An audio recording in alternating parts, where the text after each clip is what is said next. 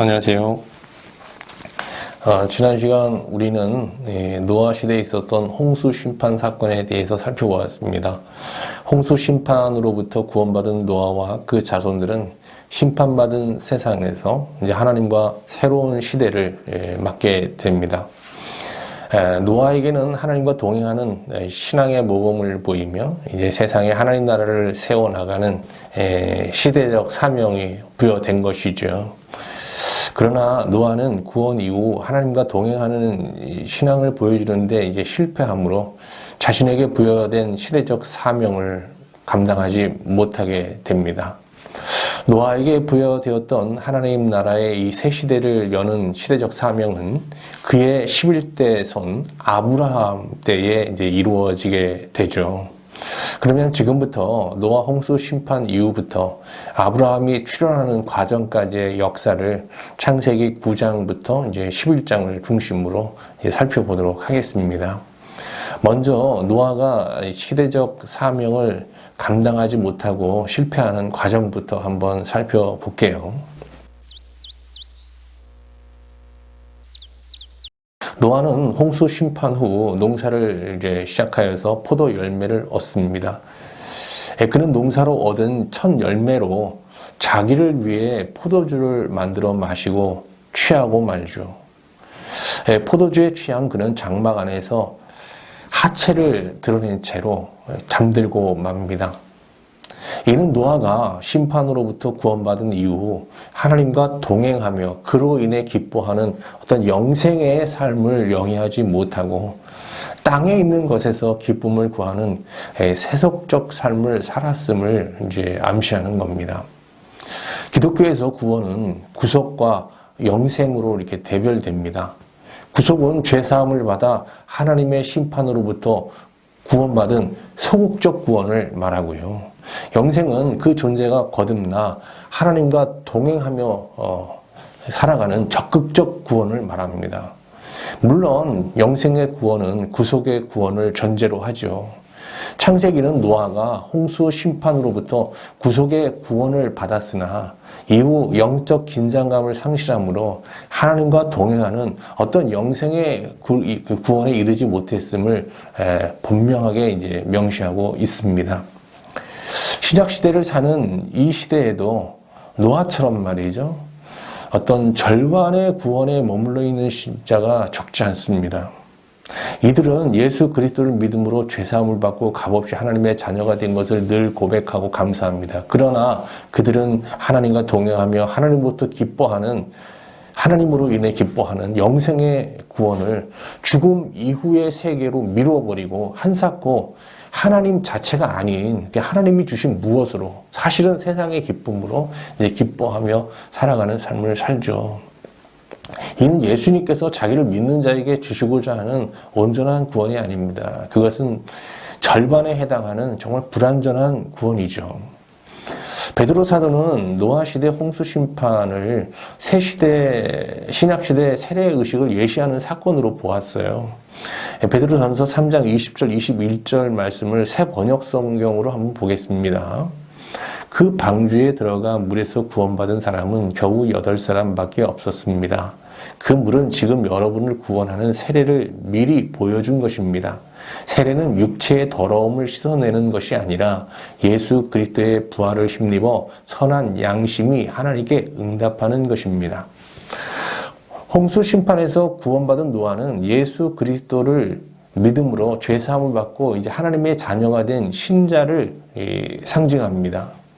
아쉽게도 노아는 홍수 심판 후 포도주에 취해서 자신에게 부여된 새 시대를 여는 사명을 감당하지 못했죠.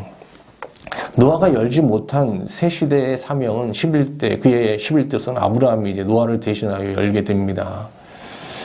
홍수 심판 후 포도주에 취해 수치를 드러내며 잠들어 있는 노아를 보면서 예수 그리스도를 믿음으로 죄사함을 받고 하나님을 아버지로 부르는 우리는 어떤 삶을 살고 있는지 묻게 됩니다. 바울 사도는 예수 그리스도를 통해 하나님의 심판으로부터 구원받은 신자는 이제 성령에 취해서 하나님을 노래하며 그로 인해 기뻐하는 삶을 살 수 있어야 한다, 또 살아야 한다라고 분명하게 말합니다. 에베소서 5장 18절 19절 말씀을 보겠습니다. 술 취하지 말라. 이는 방탕한 것이니 오직 성령으로 충만함을 받으라. 시와 찬송과 신령한 노래들로 서로 화답하며 너희 마음으로 주께 노래하며. 자, 그러면 이제 노아를 대신하여 새 구속사 시대를 연 노아의 11대 후손 아브라함이 역사에 등장하는 과정을 쭉 살펴보도록 하겠습니다.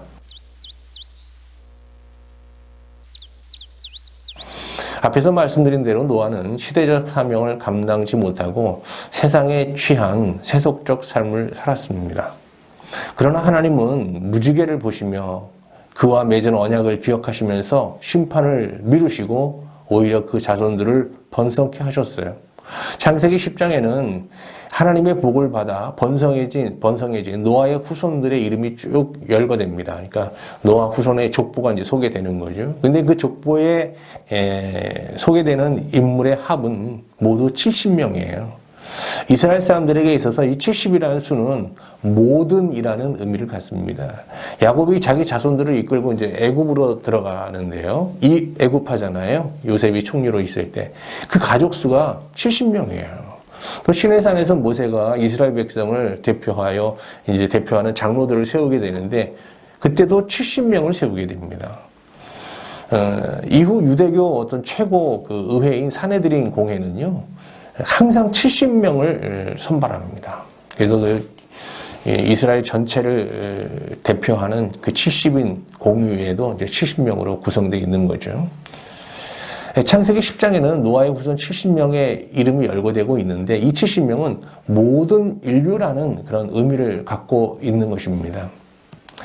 그러니까 창세기 10장이 전하고자 하는 핵심 메시지는 모든 인류는 하나님께 돌아가야 할 한 뿌리에서 나온 한 형제들이다라는 것입니다. 그러나 노아의 후손들은 자신에게 주어진 본분을 망각하고 형제인 다른 족속을 위협하고 공격하고 지배하면서 자신들의 왕국을 세우는 일에 집착했습니다. 특히 강한 힘을 가졌던 함의 자손 니므롯이 그러하였습니다. 한번 말씀을 보겠습니다. 구스가 또 니므롯을 낳았으니 그는 세상의 첫 용사라. 그가 여호와 앞에서 용감한 사냥꾼이 되었으므로 속담에 이르기를 이는 여호와 앞에 니므롯같이 용감한 사냥꾼이로다 하더라. 그의 나라는 신할 땅의 바벨과 에렉과 악각과 갈레에서 시작되었으며. 창세기는 그를 여호와 앞에서 용감한 사냥꾼이라고 명명하고 있는데요. 이는 하나님을 대항하는 강한 반역자라는 뜻입니다. 니므롯이라는 이름의 뜻은 반역자예요. 세상의 첫 용사로 불릴 만큼 강한 힘을 가졌던 그는 하나님을 향해 반기를 들고 사람들을 선동하여 신할에 한 나라를 세우게 됩니다. 니므롯의 후손들은 동방에 이제 나라를 세우고 자신들의 권위를 하늘까지 높일 목적으로 한 탑을 건설하게 됩니다.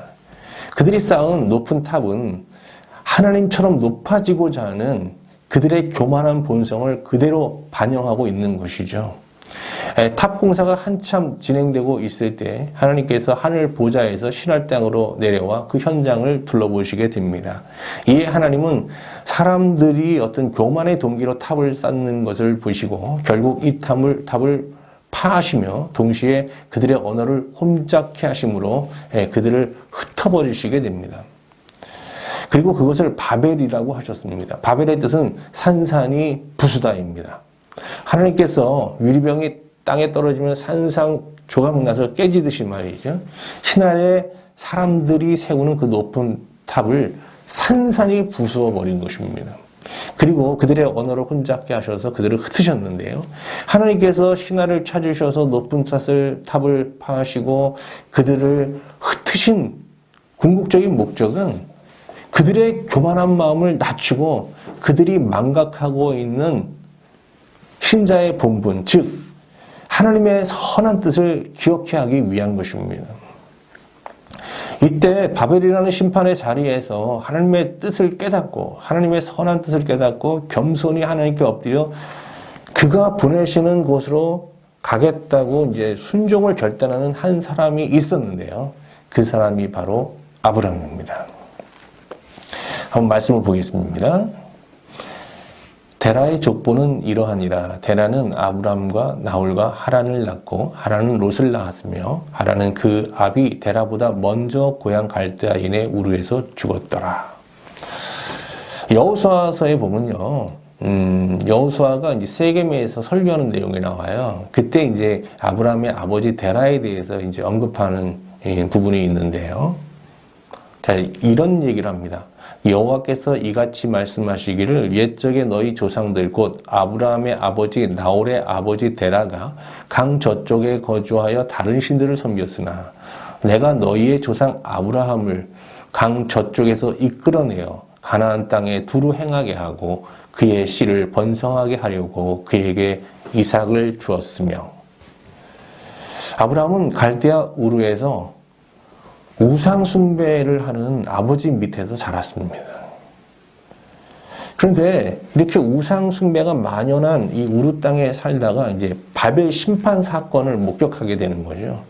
그때 그는 이 바벨 심판을 통해서 하나님의 선한 뜻을 깨닫고 이에 이제 순종하면서 하나님 앞에 복종하는 이제 사람으로 변하게 되는데요.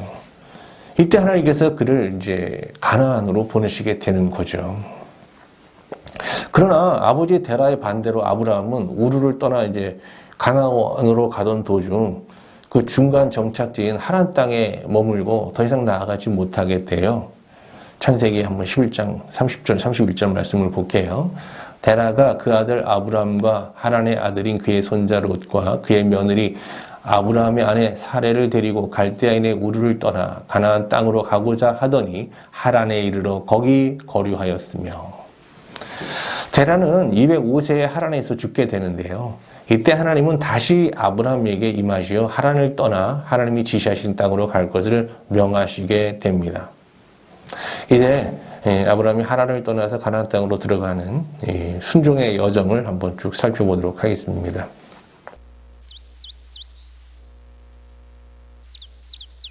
아브라함은 하나님께서 지시하신 땅으로 가라는 명령에 순종함으로 이제 하나님으로부터 세 가지 복을 약속받게 돼요. 한번 말씀을 볼까요?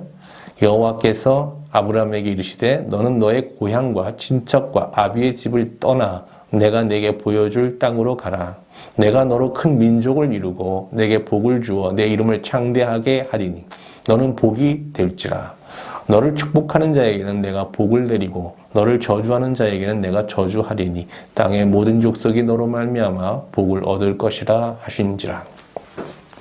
여기서 우리가 주목해야 될 첫 번째 복은요, 그의 이름을 창대하게 하시겠다는 겁니다. 이 복은 아브라함이 이제 아담, 아벨, 셋, 에노스, 에녹, 노아 등의 이 하나님을 섬기는 이 신앙을 다 집대성하여 이 세상에서 하나님과 동행할 수 있는 신앙의 어떤 모범을 보여주는 온전한 신앙의 인물로 세워주시겠다는 약속이에요. 하나님의 구속사에서 아브라함 이후 모든 구원받는 신자는 이제 모두 아브라함의 자손으로 이렇게 간주되는 겁니다. 자, 두 번째는요, 그로 큰 민족을 이루게 하는 복인데요. 이 복은 이중적으로 이제 실현되었어요. 이 약속의 근거에 아브라함은 그의 육적 혈통을 잇는 이스라엘이라는 민족의 조상이 되었습니다. 더불어서 그는 어떤 믿음의 신앙을 이제 갖게 되었는데 그의 뒤를 이어서 이제 믿음의 신앙을 가진 공동체를 이제 하나님 백성이라고 하는데 그 하나님의 백성들의 또 조상이 된 거예요. 그래서 믿음의 조상이 된 겁니다. 그래서 믿는 우리 신자들의 모든 조상이 된 거죠, 아브라함이. 하나님께서 그에게 약속하신 세 번째 복은요, 복의 근원이 된다는 겁니다. 하나님께서는 그를 축복하는 자에게는 복을 내리시고 그를 저주하는 자에게는 저주를 내리시겠다고 하면서 너로 인해서 모든 족속이 복을 받게 될 것이라고 하셨어요. 여기서 중요한 것은 축복을 받는 자는 복수 형태로 되어 있고요. 저주를 받는 자는 단수 형태로 되어 있습니다. 이는 하나님께서 아브라함을 이 세상에서 보존하시면서 그를 통해서 열방이 복을 받게 해주겠다는 그런 약속의 말씀입니다. 이에 아브라함은 75세의 나이에 하나님 말씀에 순종해서 이제 가나안 땅으로 향하게 됩니다. 세겜 땅 이제 모래 상수리 나무에 이르러서 그는 이제 하나님의 음성을 듣게 돼요. 하나님께서는 그에게 나타나셔서 내가 이 땅을 내 자손에게 주겠다라고 하셨어요. 근데 그 땅을 보니까 어떤 땅입니까? 이게 그가 들어간 이 가나안 땅은 그 우상 숭배 제의가 성행하는 정말 이렇게 영적으로 아주 타락한 지역이었거든요. 근데 이 땅을 자기에게 주겠다고 하니 아브라함이 어떤 기도를 했겠어요? 그 가나안 땅의 어떤 변화를 간구하면서 하나님 앞에 제단을 쌓습니다. 이렇게 아브라함이 가나안 땅에 들어와서 하나님의 말씀을 듣고 그곳에서 이제 기도하며 제단을 쌓는 과정에서 우상의 땅 가나안은 하나님을 경외하며 그에게 예배하는 이 거룩한 땅으로 서서히 변하고 있었던 것이죠. 노아가 홍수 심판 후 성취하지 못했던 이 시대적 사명, 이것을 이제 아브라함이 믿음의 신앙으로 이제 하나님을 섬기는 가운데 이것을 이제 대신 그 시대적 사명을 성취하면서 그는 하나님 구속사에서 새로운 시대를 활짝 열게 됩니다. 하나님의 구속사는 크게 제1 구속사 시대, 제2 구속사 시대, 제3 구속사 시대로 나누어져요. 제1 구속사 시대는 창세기 1장부터 11장까지의 신자 어떤 개인의 전도를 통해서 세상을 구원하는 개인 구속사 시대를 말하고요. 제2 구속사 시대는 창세기 12장부터 말라기까지의 어떤 선민 이스라엘을 통해서 세상을 구원해 나가시는 이스라엘 구속사 시대를 말합니다. 제3 구속사 시대는요, 예수 그리스도를 믿는 새 이스라엘, 즉 교회죠. 교회를 통해 세상을 구원해 나가는 교회 구속사 시대입니다.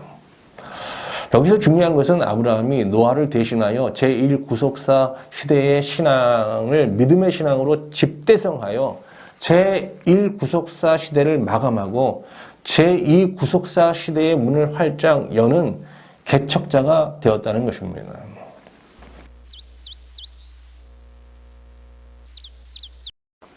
오늘 말씀을 보면서 아브라함의 온전한 신앙이 심판의 자리에서 시작되어 하나님의 약속을 믿고 그 명령에 순종함으로 이렇게 완성되어져 가는 것임을 깨닫게 됩니다. 그런데 하나님께서 자기를 믿는 신자에게 내리시는 이 명령은 주로 떠남에 관한 것입니다. 우리가 하나님의 명령에 순종하기 위해서 떠나야 할 것은 안전과 관련된 지연, 혈연, 절대적인 인연 등등 다양합니다. 하나님께서 신자에게 내리시는 떠남의 명령은 그 내용이 어떤 면에서 참 가혹한 면이 있어요. 그러나 그 결과는 참으로 복됩니다.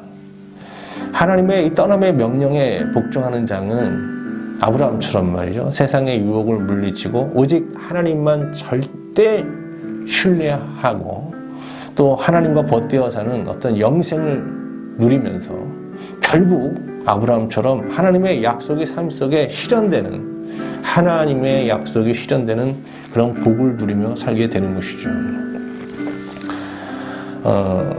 우리 같이 오늘 주신 말씀을 기억하면서 기도하심으로 이제 말씀을 마치도록 하겠습니다. 네, 기도하겠습니다.